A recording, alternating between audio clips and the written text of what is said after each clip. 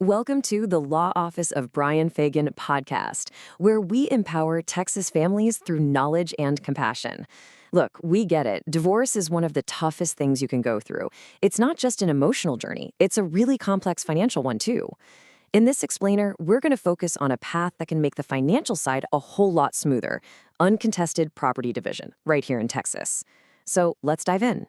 So let's get right to the big question we're tackling today. What in the world does uncontested property division actually mean? And more importantly, how can you and your spouse fairly divide everything you've built together without getting dragged into a long, messy court battle? Seriously, understanding this process is everything, because getting it right from the get-go can save you a ton of time, money, and emotional stress. All right, so here's our game plan. We've laid out a super clear 5-step roadmap. We'll kick things off with what we call the path of agreement. Then we'll get into the must-know Texas property rules. Think of this as our map. After that, we'll walk through the nitty-gritty of dividing your assets and debts, point out some common mistakes to avoid, and then wrap up with all the benefits and what your next steps could be. You know, when you're facing a divorce, you're really at a fork in the road. You can choose cooperation or you can choose conflict. The path of agreement is all about choosing cooperation, and that's really the heart of an uncontested divorce, where you and your spouse decide to work together to find the solutions, instead of having a judge force them on you. And this slide just lays it out so perfectly, doesn't it? On one side, you've got the contested divorce. That's the conflict path. A judge decides your fate. Things can get pretty ugly. All your business is public record, and believe me, the legal costs can absolutely skyrocket. But on the other side, the uncontested path, you and your spouse are in the driver's seat. You decide. That means way less conflict, much more privacy, and a whole lot less money spent on legal fees. The bottom line is, you stay in control. Okay, so let's put a really clear definition on it. An uncontested divorce is simply one where both spouses agree on all the big stuff. And that's the key, all of it. That definitely includes how to divide up your property and your debts. You work it all out through an agreement you build together, instead of leaving it in the hands of a judge. You see, in an uncontested Texas divorce property division, couples maintain control while still complying with Texas law. Now, before you can even start talking about how to divide things up, you have to know the rules of the road. Think of Texas property law as your map for this journey. You wouldn't start a cross-country trip without a map, right? Well, it's the same idea here. Even in the friendliest, most amicable divorce, these rules still apply, and they guide the entire process. This quote here, it cuts right to the chase. Texas is a community property state. What that means is the law automatically assumes that pretty much everything you got during the marriage, from the day you said "I do" to the day the judge finalizes the divorce, is community property. And see that word "probably" in there? That's a huge clue that while the starting point is it's all shared, there are some important exceptions. So let's dig into that a little deeper. Community property is basically anything you or your spouse acquired while married that isn't specifically called separate property. And that word "presumes" is so important. The law's default setting, its starting point, is that if you got it during the marriage, it belongs to both of you as a community. So what does that actually look like in real life? Well, we're talking about the paychecks you both earned, the house and the cars you bought, the sofa in the living room. It also covers the money that went into retirement accounts, like a 401k or a pension, during the marriage. And here's something people often forget. It's not just about the good stuff, the assets. Community debts, like credit card balances and car loans, are part of the deal too. So you're probably wondering, what's the exception? Well, that's what we call separate property. It's exactly what it sounds like. It's stuff you owned before you ever got married. It can also be things you got during the marriage, but only if it was a gift specifically to you or an inheritance left only to you. Some money from personal injury cases can also fall into this bucket. Now, here is the catch, and trust me, it is a big one.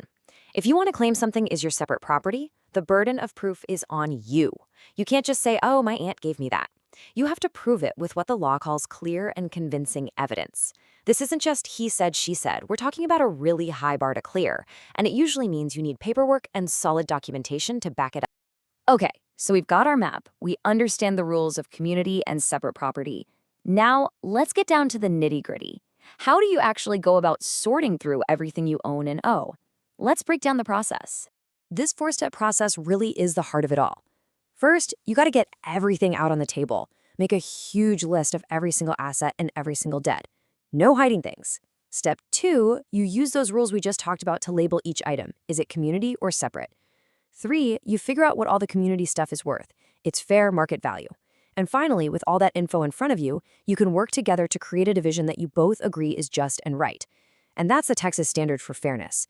Notice it doesn't say equal, it says fair. There can be a difference.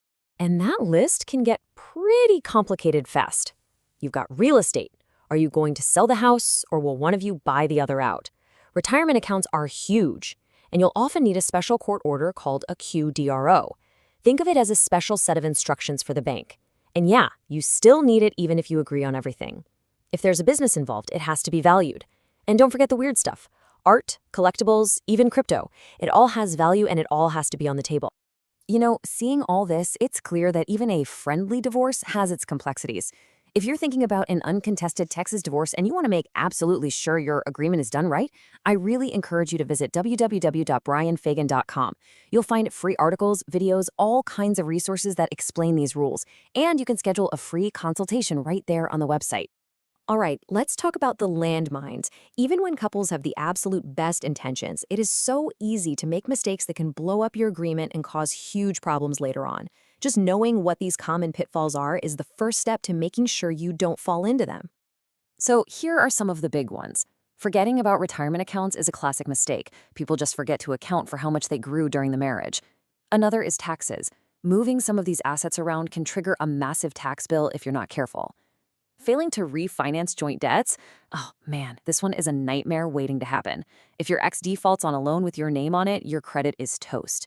And the biggest pitfall of all? A flimsy, vague agreement. Honestly, if it's not clear and enforceable, it's not worth the paper it's written on. Let's just look at how this plays out in real life. On the left, a success story. A couple does it right, they draft a detailed agreement, they use that special QDRO for the 401k, they refinance the house. The result? A clean, final break. No drama later. But on the right, a cautionary tale. A couple just scribbles something down that doesn't clearly deal with their credit card debt. One person stops paying, and boom, the other person's credit is destroyed, and they're right back in a legal battle.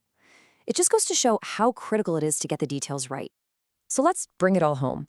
We've talked about the how, but let's circle back to the why.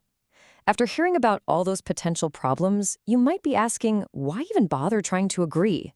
Well, the benefits are the reason. I mean, look at this. The benefits are massive. It's almost always faster than a court fight. It costs way less in legal fees. It dramatically cuts down on the emotional conflict for you, your spouse, and your kids. It keeps your financial life private, out of the public record. And most important of all, it keeps you in control of your future.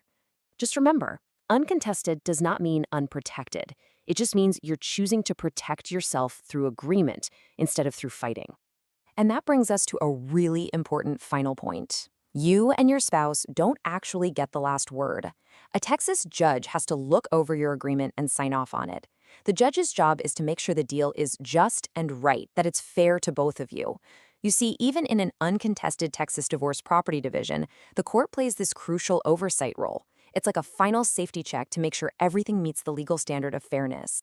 So, if you're ready to move forward with an uncontested divorce and you'd like some guidance to make sure it's done right, please give the Law Office of Bryan Fagan a call at 281-810-9760 to schedule your free consultation.